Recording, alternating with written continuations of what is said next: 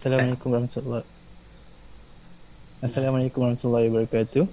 My name is Muhammad Ihsaan Mustaqeem, and together with my group mates,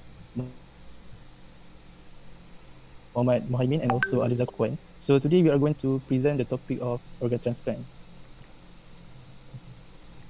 So as for introduction, in Islam, the permissibility of organ transplantation and donation is not specifically mentioned in the Quran and Hadith. Also, the issue of transplantation was not known at the time of the Prophet. This is because the organ transplantation and donation are modern developments in medicine. So, due to that, the differences of opinions were established. So, about the ruling or the interpretation of the organ transplantation, it is determining by ijtihad in nature. So, about this matter, it is based on the Islamic legal maxim, which I will explain later. So in Malaysia, the issue of organ transplantation has been discussed since the 1960s as evidence from the decree of the Mufti of Perlis in 1965. So again, the opinion of Islamic scholars regarding the organ transplantation are ijtihad in nature, and a fatwa that is based on ijtihad as described by Dr. Yusuf Al-Qardawi, it is a fatwa that is still open for discussion because it is related to a new development that was not discussed by previous scholars. Okay, so basically, organ transplantation and donation are permissible in Islam. This is because the organization and donation fulfill the requirement in the preservation of human life, which is one of the 5 objectives in the Maqasid al-Sharia, or known as the objective of the Islamic law. Okay, moving on to the basis for the permissibility of organ transplantation. So, organ transplantation is performed as a final option to save a patient's life who is suffering from end-stage organ failure. So, in the other words, organ transplantation is carried out only in critical and crucial situation, meaning that the life of the patient depends greatly on the organ transplantation. So, the methodology used in determining the permissibility of organ transplantation is based on the urgent need to save the life of the patient. So, moving on to the legal maxims, the ijtihad, or known as the juristic interpretation, is based on these legal maxims. So, under these legal maxims, these are judged by their goals and purpose. So, the goal and purpose of organ transplantation is to save the patient's life, meaning that the transplantation is the only treatment that the treatment possible to save the life of a person, of a patient. The organ transplantation is not performed with the intention of eliminating the disease. Instead, it is carried out with the intention of saving life. Next is the harms must be eliminated, as eliminating harm is one of the objectives of Islamic law. So, in the context of organ transplantation, this procedure fulfills the objective of preserving human life. Even Allah promised great rewards for the effort of preserving human life. This is mentioned in the Quran, in Surah Al-Ma'idah, verse 32. وَمَنْ أَحْيَاهَا فَكَأَنَّمَا أَحْيَا النَّاسَ جَمِيعًا, meaning, and if anyone saved a life, it would be as if he saved the life of the whole people. So this beautiful Quranic verse orders humans to save life, and clearly he will be rewarded. So, okay, for example, given the two situations with different degrees of harmfulness, so obviously the priority is given to avoid the more harmful by choosing the less harmful. So, in the context of organ transplantation, the more harmful situation is to allow the patient in need of organ transplantation to pass away. Therefore, in this situation, the lesser harm is given higher priority, which is donating organs from a deceased donor to be transplanted to the patient in need of that organ. Okay, the last legal maxim is hardship begets facility. So organ transplantation is facility made available to mankind as a means to overcome hardship faced by patients with end-stage organ failure. Also, it is supported by Quran verse from Surah Al-Baqarah verse 185. Yuridullahu bikumul yusra wala yuridu bikumul usra, meaning Allah intends every facility for you. He does not want to put you to difficulties. So Islamic law permits one who is in urgent situation to do the unlawful in order to eliminate the harm he faces under the condition that there are no lawful options available. So in this context, the last available option to save the life of a patient with end-stage organ failure is by organ transplantation. Therefore, organ transplantation is an option allowed in Islamic law as an effort to save the patient's life. Also, it is important to note that it is prohibited in Islam for sale of organs. So, again, it's important to note that in Islam, it is prohibited for sale of organs, and it is null and void with the reasons that one cannot trade what one does not own, and the body of a person belongs to Allah. And this practice would lead to abuse where a poor man's organs are sold as commodities. Okay, now we'll pass the floor to next person, to my partner. Alright, Assalamualaikum. My name is Muhaimin, and my next slide is explaining about national fatwa. So in Malaysia, some of country do not have specific fatwa, so they only use national fatwa. I will explain later about the other country, other states. So for the fatwa, for the national, the council decide that eye and heart transplant from cadaveric donor to living resection permissible Islam law under following consideration. It carry out in critical inclusion situation where the life of the recipient depend on organ transplantation and the transplantation have high degree of success. In heart transplantation, the death of donor must first be ascertained. Necessity action must be taken so that no human killing and organ must be eliminated. Hardship beget facility and using the laser of to harm. And the permissibility of donating and transplanting organ is also bound to the following conditions, which are meant to protect our interests in according to Islamic law. Living donor are not inflicted with harm such as death or disability, like loss of hearing, sight and mobility. Transplantation is performed with the permission from the donor, and the permission is obtained from donor who are legally able to do so. As such, permission cannot be given by children, mentally incompetent people or individuals who are confused, under pressure or coerced to donate. Not conducted in way that could violate human dignity such as organ trading. It should be done for altruistic reason. Doctor involved in the plantation have severe knowledge to assess the donor and reception condition based on principle of masalah, benefit and masadah harm according to Islamic law. Yes.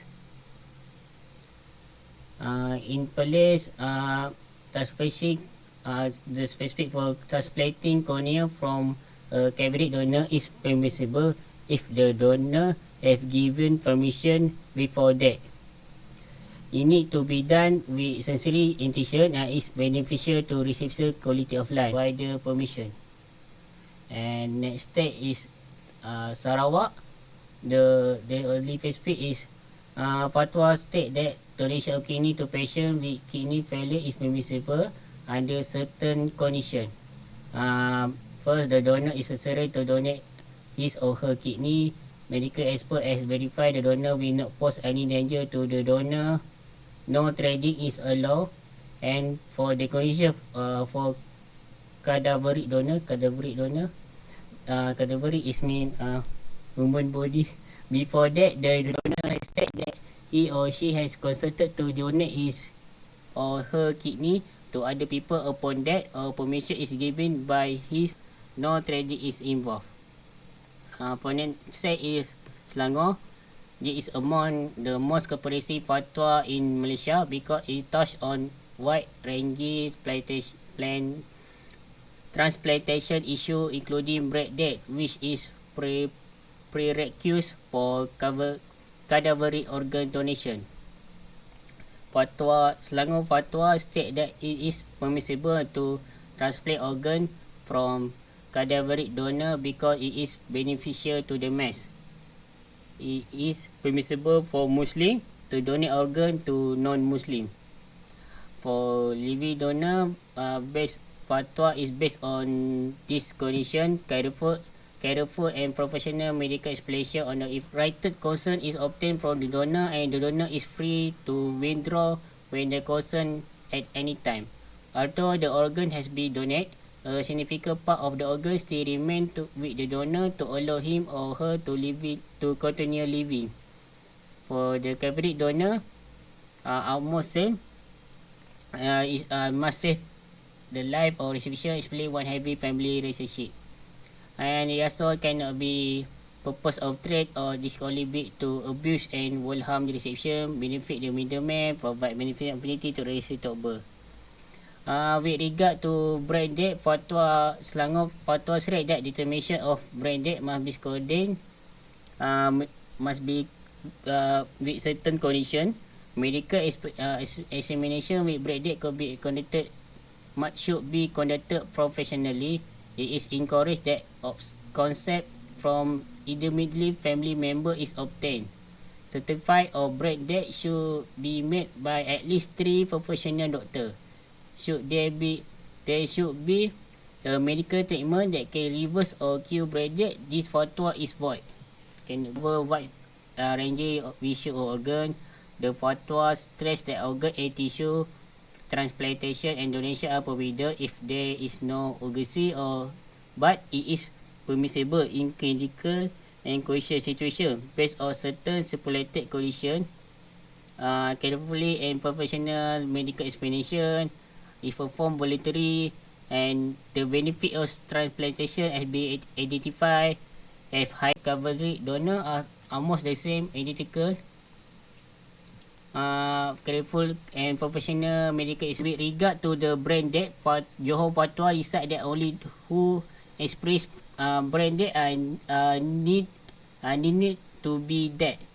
So just like Selangor, the medical examination on brain death should be conducted professionally. We must get consent from the immediate family member such as husband, wife, children, mother or father, and certificate of brain death should be made at least by 3. And lastly, from Penang, and the specific that the organ and tissue transplantation need to meet under certain condition. Same like other, carefully and professional medical examination must be conducted. The transplantation is performed with the willingness and consent from the practitioner should observe medical ethics. The transplant organ and tissue are not for the purpose of trade.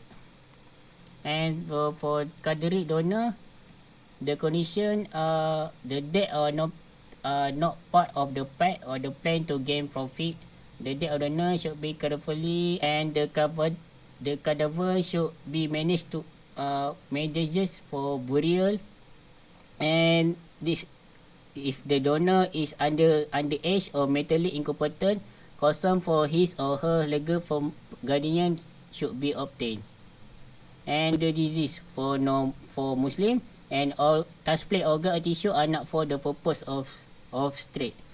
And Penang fatwa also stress that the following matters: the restriction of the organ and tissue must be used. The organ and tissue permissible to donate organ and tissue from a Muslim donor to kafir habi, a non-Muslim who wage war on Muslim. So that's all. If other state is not we using the national fatwa. If not, Assalamualaikum warahmatullahi wabarakatuh. My name is Aliff Zaqwan and I'll be presenting on some of the international fatwas on this issue of organ transplant. Next slide, please. Next. Alright, I'll start with the fatwa of the Senior Ulama Council of Saudi Arabia. So in 1967, cornea transplant was permitted, and in 1982, the council permitted the transplant of whole or parts of organs from cadaveric donors, which are from dead bodies, to living persons, provided that there is no other options. And this council also unanimously permits living organ transplant. Can you go back to the previous slide on Singapore? Thank you. Um, so Fatwa of Islamic Religious Council of Singapore, this fatwa permits organ transplantation in critical and crucial situations for the purpose of saving life. And this is in line with the Islamic legal maxim of darurah or emergency permits matters that are originally prohibited. Next. All right, Fatwa of Kuwait. So in this fatwa, transplanting organs from the deceased is permissible with or without the deceased consent. It is only permitted when it is necessary to save the life of the patient. As for living donors, the decree for transplantation is also permissible. However, it is prohibited if the organs that are to be transplanted are organs that can result in death if transplanted. For example, the heart or lungs. Next. Okay, the fatwa of Majma al-Fiqh al-Islami. So this fatwa permits organs from a deceased person to be transplanted to a living person if the life of the organ recipient depends on the organ to be received, provided that consent is obtained from the donor before death, or from the deceased guardians after death, or from the head of the Muslim community if the deceased cannot be identified or does not have any next of kin. So this fatwa really puts an emphasis on the issue of consent. And this fatwa also emphasizes on the prohibition of trading and smuggling of organs. Next.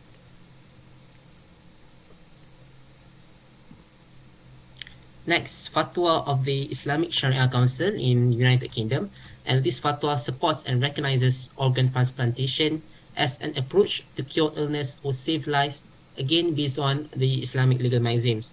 And this council permits the legal guardian of the deceased to give the consent for the deceased organs to be donated in order to save lives of others.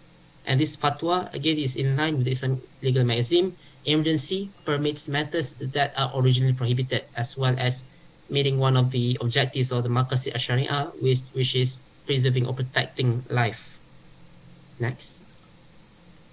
Okay, the fatwa of Dr. Yusuf Al-Qardawi, a very prominent Islamic scholar, and according to his fatwa, it is permissible in critical and crucial situations, provided that the act does not bring significant harm to the donor or those who have the rights on the donor. So permissibility of organ donations to non-Muslims and prohibition of organ trading. And legal guardians are allowed to donate organs of their deceased family members who has not instructed otherwise. And it is permissible for Muslims to receive organs from non-Muslims. Next. Okay, I'll be also touching on the issue on brain death. So in 1985, it was discussed by international Islamic scholars on a conference held in Jeddah, Saudi Arabia. However, no decision was made at that time. And in 1986, the issue was discussed in detail in Amman, Jordan. And the fatwa from this condition stated that death can occur due to two reasons. Number one is when heart stops functioning in totality, and the doctor verified that there is no hope to for it to recover. And the second reason is when the functions of the brain stops in totality, and the specialist in the field verifies that there is no hope for recovery upon complete analysis. Therefore, Islam accepts brain death as death. And this matter is also touched in Malaysia in the state fatwas issued by Selangor in 2000 and Johor in 2001. All right. So that's all from us. Thank you for listening. Assalamualaikum.